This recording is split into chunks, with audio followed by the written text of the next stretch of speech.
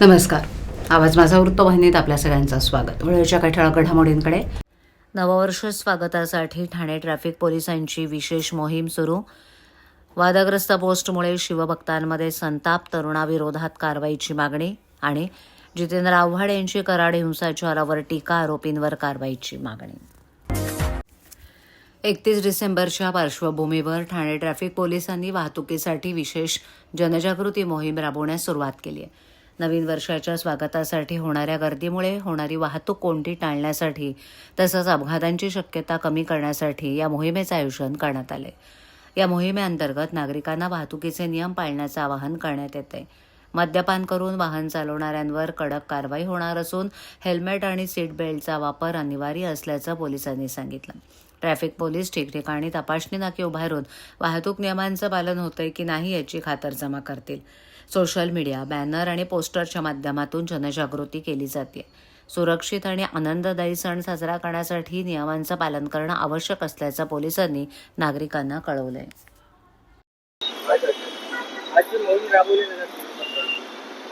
नमस्कार.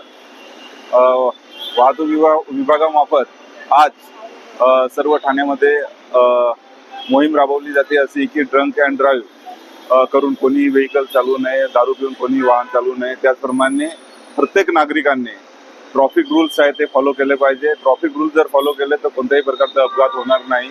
त्याचप्रमाणे आज जी कारवाई केली जाते की 30% अनुषंगाने बरेच लोक जे आहे ते ड्रिंक करतात. त्यामुळे ड्रिंक केल्यानंतर कोणी वाहनं चालवू नये आणि दारू पिऊन वाहन चालवल्यामुळं अपघात होतात ते टाळावे यासाठी आमच्या आज मोठ्या प्रमाणात मोहीम चालू आहे.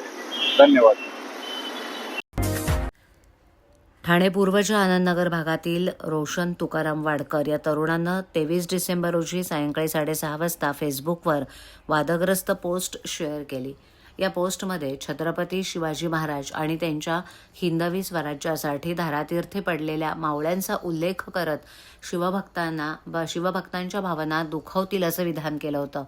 काही वेळानं ही पोस्ट काढून टाकण्यात आली, मात्र संबंधित तरुणानं अद्याप या प्रकारासाठी जाहीर माफी मागितलेली नाही.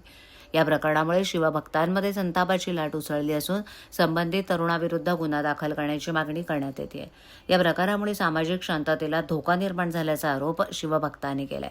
या प्रकरणाची माहिती जनतेपर्यंत पोहोचवण्यासाठी दुपारी 4 वाजता शासकीय विश्रामगृहात पत्रकार परिषद आयोजित करण्यात आली. यावेळेला शिवभक्तांनी प्रशासनाला निवेदन देऊन संबंधित तरुणावर कठोर कारवाई करण्याची मागणी केली.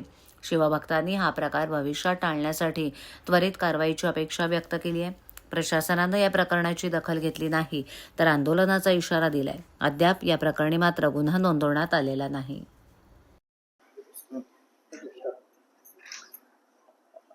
विषय असा की काही दिवसांपूर्वी म्हणजे 23 तारखेला संध्याकाळी 8:30च्या दरम्यान मी एक शिवभक्त म्हणून बोलतोय, जयेश दशरथ गायकवाड, राहणार कोपरी, ठाणे पूर्व, सकल हिंदू एकीकरण समिती. तसेच आजपर्यंत बरेच हिंदुत्ववादी संघटनांची कामं केलेली आहेत. हिंदुत्वाचं काम करतो. नुकताच 8 तारखेला आमचा शिवप्रताप दिन साजरा झाला.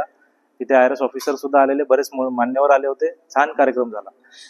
त्यानंतर आता 23 तारखेला संध्याकाळी एक पोस्ट पडली फेसबुकला. माझी वैयक्तिक बदनामी करण्याचा असा हेतू समोरच्याचा असं म्हणणं आहे, परंतु त्यामध्ये दाखले देताना तू छत्रपतींचा मावळा म्हणण्याच्या लायकीचा नाही. प्लस त्याच्यामध्ये आया बहिणींचा विषय आला. म्हणजे ह्या ज्या गोष्टी ज्या घडलेल्या आहेत, छत्रपतींच्या विचारांचा विषय. बरं, वैयक्तिक बदनामीसाठी आपण रेफरन्सेस काय वापरतोय? मावळा हा शब्द वापरतोय. थेट मावळा हा शब्द वापरणं हे गैर आहे, हे चुकीचं आहे. शिवभक्त म्हणून मला ह्या गोष्टीचाही राग आलेला आहे आणि समस्त शिवभक्तांच्या वतीने मी आता बोलतोय की त्याच्यावरती, ह्या गोष्टीवरती आता माझ्याबरोबर हा प्रसंग घडलाय. सामाजिक प्रतिष्ठा माझी चांगली असल्यामुळे माझ्या दारापर्यंत, माझ्या समोर कोणी आलं नाही. माझा विरोध आतापर्यंत झालेला नाही, कारण तशी सामाजिक प्रतिमा माझी नाहीये. शिवभक्त म्हणून चांगला आहे. प्लस ह्या गोष्टीसाठी माझ्याकडून स्वतः नरवीर मोरारजी देशपांडे यांचे थेट वंशज आज इथे प्रेस कॉन्फरन्समध्ये सुद्धा आलेले आहेत आणि मी माझी बाजू क्लिअर केलेली आहे. माझा एवढाच विषय आहे की एखादी वैयक्तिक बदनामी करण्यासाठी तुम्ही मावळा शब्द वापरू नये. छत्रपतींच्या विचारांचा उल्लेख होऊ नये. आणि महाराष्ट्रात हा पहिल्यांदा हा प्रसंग घडलेला आहे. आता इतकी वर्ष मी काम करतोय, ही गोष्ट पहिल्यांदा घडलेली आहे. तर ह्या गोष्टी कुठेतरी वचक लागली पाहिजे, त्यासाठी आम्ही आज पत्रकार परिषद बोलवली होती. राष्ट्रवादी काँग्रेसचे नेते जितेंद्र आव्हाड यांनी कराड इथे घडलेल्या हिंसाचाराच्या घटनेवर गंभीर आरोप करत पोलीस प्रशासनावर कठोर टीका केली आहे. त्यांनी ट्विट करत सांगितलं की संबंधित व्यक्ती सरेंडर करण्यासाठी तयार होता आणि यासाठी 2 ते 3 दिवसांपासून सेटिंग सुरू होती. मात्र त्या व्यक्तीला निर्दयपणे मारण्यात आलं. आव्हाड यांनी त्यावर प्रतिक्रिया देताना म्हटलंय की ज्यांनी हा गुन्हा केलाय त्यांना शिक्षा झाली पाहिजे. तसंच बापू आंधळे यांची अद्याप अटक का झाली नाही असा सवाल त्यांनी उपस्थित केला. त्यांनी महाजन नावाच्या अधिकाऱ्याच्या संदर्भात काही पार्टी झाल्याचा आरोप करत पोलिसांवर संशय व्यक्त केलाय. आव्हाड यांनी व्यक्तीचा खून झाल्यानंतर जातीयतेचं लेबल लावलं जात असल्याचा मुद्दा उचलून धरला. त्यांनी म्हटलं की अशा प्रकारच्या वर्तनामुळे मूळ गुन्ह्याकडे दुर्लक्ष केलं जात आहे, जे अत्यंत चुकीचं आहे. आव्हाड यांनी या प्रकरणात आरोपींवर कठोर कारवाई करण्याची मागणी केली असून न्याय मिळाला नाही तर राज्यभर आंदोलन छेडण्याचा इशाराही दिला आहे.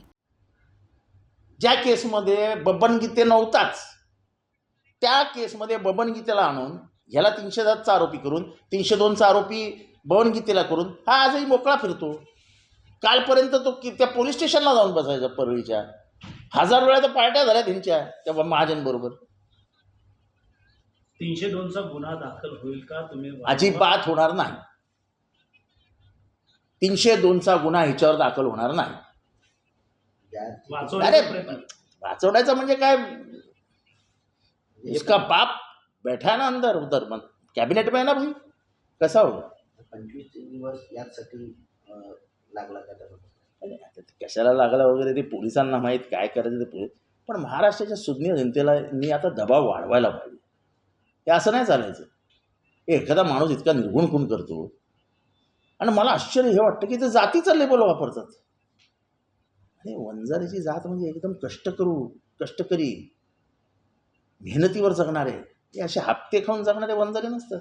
तो काल एक प्रकार उघड झाला आहे, राखीवरती कसे करोडो रुपये कमवतात. तुमच्याचपैकी कोणीतरी तयार केलेली स्टोरी आहे ती. हे काय काय चालू आहे काय? त्या रामकृष्ण बांगर, मी एवढं बोंबलून सांगतोय, त्यांना नाही बोलवलं की काय तुमचं बाबा तुमच्यावर काय आरोप झालाय.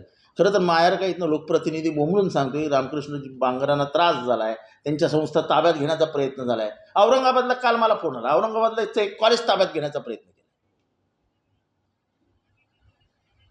आम्हाला लोक सांगतात पण पोलिसांना सांगत नाहीत. का ते म्हणत साहेब काय करणार? संजय गांधी राष्ट्रीय उद्यानातील येऊरच्या जंगलात गिर्यारोहणासाठी गेलेल्या परंतु मधमाशांच्या हल्ल्यामुळे जंगलात अडकलेल्या 10 तरुणांची पोलीस आणि ठाणे आपत्ती व्यवस्थापन विभागानं सुटका केली. यातील 3 तरुणांना मधमाशांनी चावा घेतल्यानं त्यांच्या चेहऱ्यावर गंभीर जखमा झाल्यात. त्यांना उपचारासाठी खासगी रुग्णालयात दाखल करण्यात आले.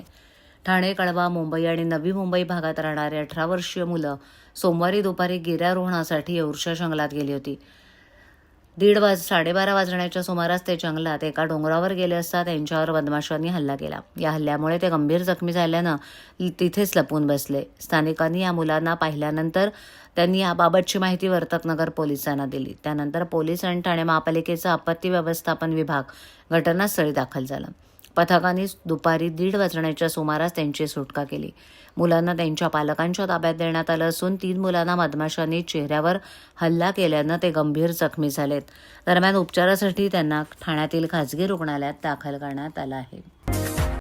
नववर्ष स्वागतानिमित्त ठाणे पोलिसांनी आज मंगळवारपासून आयुक्तालय क्षेत्रात कडेकोट बंदोबस्त ठेवलाय. यावेळेला पोलिसांकडून विशेष मोहिमा राबवल्या जात आहेत. तसंच तडीपार गुंड, फरारी आरोपी, अभिलेखावरील गुन्हेगारांचा पोलीस शोध घेत आहेत. शहरातील हॉटेल्स, धाबे, लॉन्समध्ये गुन्हे अन्वेषण शाखेचे अधिकारी गस्त घालत आहेत. खाडी किनारी, जेट्टी भागातही साध्या वेशातील पोलीस तैनात असतील. ठाणे आयुक्तालय क्षेत्रात म्हणजेच ठाणे ते बदलापूर आणि भिवंडी शहरात विविध हॉटेल्स, धाबे, लॉन्समध्ये 31 डिसेंबरच्या रात्री आणि 1 जानेवारीला पार्ट्यांचं आयोजन केलं जातं. या कालावधीत शांतता राखण्यासाठी ठाणे पोलिसांनी बंदोबस्त ठेवलाय. त्यानुसार गर्दीच्या ठिकाणी नाकाबंदीचं आयोजन करण्यात आलंय. हॉटेल, लॉन्स, धाबे यांसारख्या आस्थापनांमध्ये संशयित व्यक्तींवर लक्ष ठेवलं जाणार आहे. बसगाड्यांचे थांबे, रेल्वे स्थानक परिसर, बाजारपेठा, तलाव परिसर, खाडी किनारी, जेट्टी या भागात गर्दी असते. त्यामुळे या ठिकाणी साध्या वेशातील महिला आणि पुरुष अधिकारी, कर्मचारी नेमण्यात येणार आहेत. छेडछाडीचे प्रकार टाळण्यासाठी निर्भया पथकं गस्त घालणार आहेत. वाहतूक पोलिसांकडून देखील शहरात तपासणी केली जाणार आहे. मद्यसेवन करून वाहन चालवणाऱ्या चालकांवर श्वास विश्लेषक यंत्राद्वारे कारवाई केली जाईल.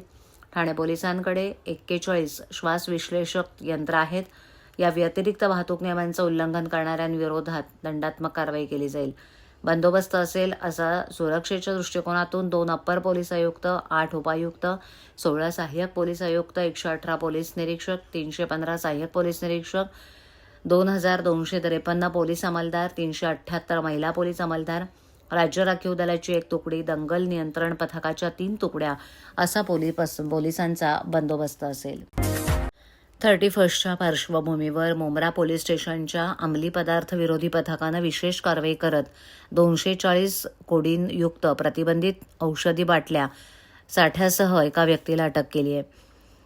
30 डिसेंबर रोजी पहाटे 3 वाजता मुंब्रा देवी मंदिर पायथ्याजवळ बोगद्याजवळ सापळा रचून ही कारवाई करण्यात आली. अटक करण्यात आलेल्या व्यक्तीचं नाव सकलेन मोहम्मद निसार अन्सारी असं असून त्याच्याकडून मानवी शरीरावर अपाय करणाऱ्या प्रतिबंधित औषधांचा मोठा साठा जप्त करण्यात आला आहे. जप्त औषधाची एकूण किंमत 10,20,000 रुपये असल्याचं सांगण्यात येत आहे. सदर प्रकरणी मुंब्रा पोलीस ठाण्यात NDPS ॲक्ट आणि औषध आणि सौंदर्य प्रसाधन अधिनियम अंतर्गत गुन्हा दाखल करण्यात आला आहे. तपास पोलीस उपनिरीक्षक विजय सानप यांच्या नेतृत्वाखाली सुरू आहे. या कारवाई दरम्यान ठाणे पोलीस आयुक्तालयाच्या परिसरात मादक पदार्थांच्या मोठ्या रॅकेटची शक्यता असल्यानं अधिक तपास केला जातोय. या यशस्वी कारवाईचं श्रेय पोलीस आयुक्त आशुतोष डुमरे यांच्या आदेशानुसार वरिष्ठ पोलीस निरीक्षक अनिल शिंदे आणि त्यांच्या पथकाला दिलं जात आहे. आवाज माझावरील एखादी बातमी पाहिजे राहून गेली असल्यास यूट्यूबवर येते तुम्ही पाहू शकता. तर मग नक्की सबस्क्राईब करा आवाज माझा. अशा ठळक घडामोडी शेवटी पुन्हा एकदा नववर्ष स्वागतासाठी ठाणे ट्रॅफिक पोलिसांची विशेष मोहीम सुरू. वादग्रस्त पोस्टमुळे शिवभक्तांमध्ये संताप, तरुणाविरोधात कारवाईची मागणी आणि जितेंद्र आव्हाड यांची कराड हिंसाचारावर टीका, आरोपींवर कारवाईची मागणी. आपल्या विभागातील काही सूचना अथवा समस्या असल्यास ते आमच्यापर्यंत जरूर पोहोचवा. आम्ही तुमचा आवाज नागरिकांपर्यंत नक्की पोहोचवू. आम्हाला संपर्क करण्यासाठी आमचा पत्ता आवाज माझा 103 सायलेक आदर्शनगर कोलबाड रोड ठाणे पश्चिम. आमचा दूरध्वनी क्रमांक 7666213141. आमचा ईमेल ID avazmaza.tvnews@gmail.com. तर पुन्हा भेटू याच वेळाच ठिकाणी काही नवीन घडामोडींसह आवाज माझा वृत्तवाहिनी. तोपर्यंत नमस्कार.